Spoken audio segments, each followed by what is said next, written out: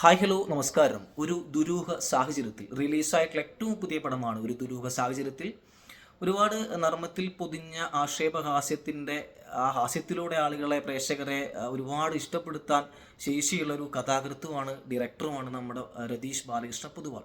അദ്ദേഹത്തിൻ്റെ പടങ്ങളെല്ലാം ഞാൻ തിയേറ്റർ വാച്ചുള്ള പടമാണ്. എല്ലാ പടവും പേഴ്സണലി ഫേവറേറ്റുള്ള പടമാണ്. നാത്താൻ കേസുകൂട്, അതുപോലെ തന്നെ മദനോത്സവം, ആൻഡ്രോയിഡ് കുഞ്ഞപ്പൻ പോലെയുള്ള ഒരുപാട് സന്ദേശങ്ങളും നൽകുന്ന സിനിമകൾ അദ്ദേഹം ചെയ്തിട്ടുണ്ട്. അതുപോലെ ഈ ടൈറ്റിലിനോട് ഒരു ദുരൂഹ സാഹചര്യത്തിൽ എന്ന ടൈറ്റിലിനോട് ഏറ്റവും 100% നീതി പുലർത്തിയിട്ടുള്ള സിനിമയാണ് അദ്ദേഹം ഇവിടെ മേക്ക് ചെയ്ത് വെച്ചിരിക്കുന്നത്. ഇതിൽ പ്രൊഡ്യൂസ് ചെയ്തിരിക്കുന്നത് ചാക്കോച്ചൻ കുഞ്ചാക്കോ.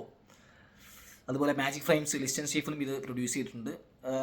കുഞ്ചാക്കോ ബോബൻ്റെ കരിയറിലെ തന്നെ മികച്ചൊരു പെർഫോമൻസ് എന്ന് പറയാം. കാരണം രക്ഷയില്ല. പുള്ളിക്കാരൻ്റെ ഉദയ സ്റ്റുഡിയോ ആണത് പ്രൊഡക്ഷൻ ചെയ്തിരിക്കുന്നത്. പുള്ളിക്കാരൻ്റെ അപ്പൻ്റെ ലെഗസി പുള്ളിക്കാരൻ വീണ്ടും 2-3 പടങ്ങൾ ഇപ്പോൾ അദ്ദേഹം ചെയ്യുന്നുണ്ട്, ഉദയയുടെ പടങ്ങൾ. സംഭവം നൈസായിട്ട് പുള്ളിക്കാരൻ ഇതിൽ പെർഫോം ചെയ്തിട്ടുണ്ട്. ഒരു രക്ഷയില്ല. പെർഫോമൻസ് ബേസ് കിഡിലിനായിരുന്നു. ദിലീഷ് പോത്തൻ്റെ പെർഫോമൻസ് ആയാലും അടിപൊളിയാണ്. നമ്മുടെ ഡയറക്ടർ ചിദംബരം ഇതിലുണ്ട്. ദിലീഷ് പോത്തനും ഒരു ഡയറക്ടറാണ്. ഡയറക്ടർമാർ രണ്ടുപേരും ഇതിൽ നല്ല അടിപൊളിയായി പെർഫോം ചെയ്തിട്ടുണ്ട്. ദിലീഷ് പോത്തനൊക്കെ കിടന്നിട്ടാണ് പെർഫോം ചെയ്യുന്നത്. കാരണം അദ്ദേഹം കയ്യും കാലും എണീക്കാൻ ശേഷിയില്ലാത്ത ഒരാളാണ്. അതിന് ഫ്ലാഷ് ബാക്കൊക്കെ പരിപാടിയൊക്കെ വേറെ ഉണ്ട്. അതുപോലെ സജിൻ ഗോപ്, നമ്മുടെ അമ്പാൻ, ആവേശം അമ്പാൻ നല്ല അടിപൊളിയായിട്ട് ക്യാരക്ടർ ചെയ്തിട്ടുണ്ട്. 2 ലേഡി വന്നിട്ട് അടിപൊളിയായി ചെയ്തിട്ടുണ്ട്.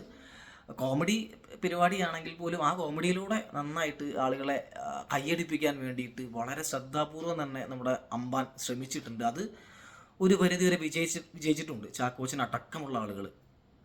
പിന്നെ ജാഫർ ഇടുക്കി വന്നിട്ടുണ്ട്.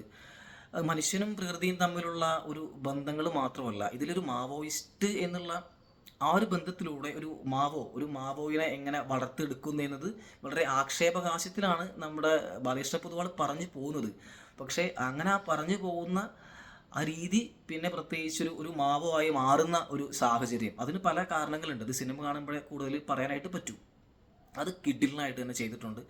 ഇത് എല്ലാവർക്കും ഉള്ളൊരു സിനിമയാണെന്ന് പറയുന്നില്ല. ഇപ്പോൾ ഒരു ഫാമിലി പ്രേക്ഷകർ ഒരുപാട് പേര് വന്നാൽ അത് ചിലപ്പോൾ 2-3 ആൾക്ക് ഈ പടം ഇഷ്ടമാവുള്ളൂ.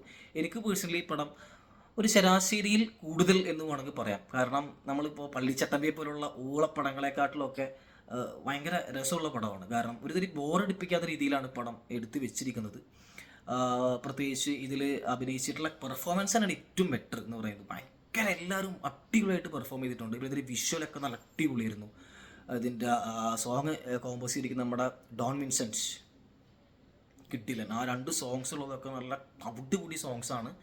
ഭയങ്കര ഫീൽ സോങ്സ് കാണാനും കേൾക്കാനും ഒക്കെ. പിന്നെ അതിൻ്റെ ക്ലൈമാക്സിൽ കൊടുക്കുന്ന സ്കോർ അതൊക്കെ ഭയങ്കര രസമായിരുന്നു, അടിപൊളിയായിരുന്നു. പിന്നെ ആക്ഷൻ കൊടുത്തിട്ടുള്ള ആക്ഷൻസ്, വിഷ്വൽ അടിപൊളിയായിരുന്നു. കാരണം പ്രത്യേകിച്ച് ആ ഒരു ഏരിയ ഒക്കെ ഭയങ്കര രസമായിരുന്നു.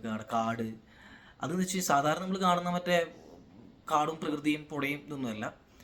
അത് അങ്ങനത്തെ ഒരു വൈബാണ് ആ പടം കാണാനായിട്ട്. അത് കണ്ടവർക്ക് മനസ്സിലാവും. ഇല്ലെങ്കിൽ കാണാൻ വേണ്ടി ശ്രമിക്കുന്ന ആളുകൾ ഒന്ന് ട്രൈ ചെയ്ത് നോക്കുക. എല്ലാവരോടും ഞാൻ പറയുന്നില്ല. അങ്ങനത്തെ ഒരു 3 പടങ്ങൾ ഇഷ്ടപ്പെടുന്നവരൊക്കെ ചിലപ്പോൾ ഈ പടം ഇഷ്ടമാവാൻ ചാൻസ് കൂടുതലാണ്. ഇതിൻ്റെ കോസ്റ്റ്യൂമൊക്കെ കിട്ടില്ലായിരുന്നു. ഞാൻ നോക്കിയപ്പോൾ മെൽവി എന്നൊരാളാണ് ഈ കോസ്റ്റ്യൂം ചെയ്തിരിക്കുന്നത്. നോക്കിയപ്പോൾ നമ്മുടെ മിന്നൽ മുരളിക്കൊക്കെ സ്റ്റേറ്റ് അവാർഡ് കിട്ടിയിട്ടുള്ള ഒരു കോസ്റ്റ്യൂമറാണ് മെൽവി. പുള്ളിക്കാരത്തി ഭ്രമിയൊക്കെ ചെയ്തിട്ടുള്ള ആളാണ്. പിന്നെ പറയേണ്ട ആവശ്യമില്ലല്ലോ. എല്ലാവരുടെ കോസ്റ്റ്യൂം എല്ലാം കിട്ടില്ലായിരുന്നു. ആ കോസ്റ്റ്യൂം ഡിപ്പാർട്ട്മെൻറ്റ് എല്ലാവർക്കും ഒരുപാട് അഭിനന്ദനങ്ങൾ. ഇങ്ങനെയുള്ള സിനിമകളൊക്കെ വരണം. കാരണം ഒരുപാട് പറയാനും ഒരുപാട് പഠിക്കാനുമുള്ള ഒരുപാട് കാര്യങ്ങൾ ഈ സിനിമയിലുണ്ട്. ഒരു ആരോഗ്യപ്രവർത്തനായിട്ടുള്ള ഒരു ക്യാരക്ടർ, ഒരു വളരെ പാവപ്പെട്ടൊരു മനുഷ്യൻ ഒരുപാട് പ്രതികരിക്കാൻ വേണ്ടി ശ്രമിക്കുന്നുണ്ട്, ഒരുപാട് സഹിക്കുന്നുണ്ട്. അപ്പോൾ അതിനെ എഗെയിൻസ്റ്റ് ചെയ്യാൻ വേണ്ടിയിട്ട് പോലും പറഞ്ഞിട്ട് പോലും അദ്ദേഹം അത് ചെയ്യുന്നില്ല. അവസാനം അത് ചെയ്യേണ്ടി വരുന്നൊരു സാഹചര്യം പല കാരണങ്ങൾ കൊണ്ടും. ഒരു ഗംഭീരമായിട്ടുള്ള ഹണ്ട് ചെയ്യുന്നൊരു ക്യാരക്ടറാണ് അതൊക്കെ. അങ്ങനെയുള്ള ഒരുപാട് ക്യാരക്ടറുകൾ നമ്മുടെ സമൂഹത്തിലുണ്ടെന്ന് ബാലകൃഷ്ണ പൊതുവാൾ വളരെ രസമായിട്ട് ആക്ഷേപഹാസ്യത്തിലൂടെ നർമ്മത്തിൽ പൊതിഞ്ഞ ഒരു ഡ്രാമ എന്ന് വേണമെങ്കിൽ പറയാം. ഒരു ത്രില്ലർ ഡ്രാമ കണ്ടിരിക്കാം. Thank you.